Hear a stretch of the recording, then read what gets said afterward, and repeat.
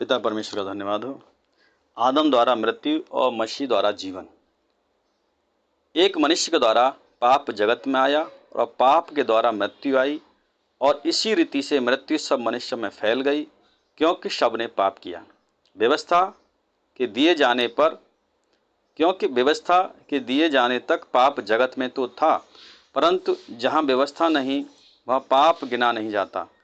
तो भी आदम से लेकर मूसा तक मृत्यु ने उन लोगों पर भी राज किया, जिन्होंने उस आदम जो उस आने वाले का चिन्ह है कि अपराध के समान पाप न किया।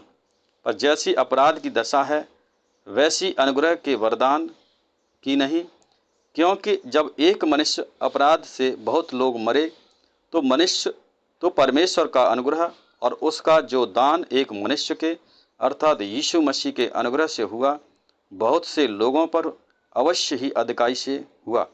जैसा एक मनुष्य के पाप करने का फल हुआ, वैसा ही दान की दशा नहीं, क्योंकि एक ही के कारण दंड की आज्ञा का फैसला हुआ, परंतु बहुत से अपराधों के कारण ऐसा वरदान उत्पन्न हुआ कि लोग धर्मी ठहरे। क्योंकि जब एक मनुष्य के अपराध के कारण मृत्यु ने एक ही के द्वारा राज किया, तो जो लोग अनुग्रह और धर्म रूपी वरदान बहुतायत से पाते हैं, वे एक मनुष्य के अर्थात यीशु मसीह के द्वारा अवश्य ही अनंत जीवन राज्य करेंगे।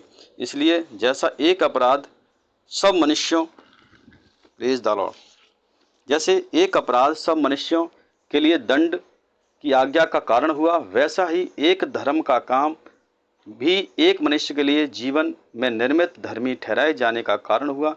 क्योंकि जैसा एक मनुष्य के आज्ञा न मानने से बहुत से लोग पापी ठहरे, वैसे ही एक मनुष्य की आज्ञा न मानने से बहुत लोग धर्मी ठहरेंगे। व्यवस्था बीच में आ गई कि अपराध बहुत हो गया, परंतु जहाँ पाप बहुत हुआ वह अनुग्रह उससे भी अधिक हुआ।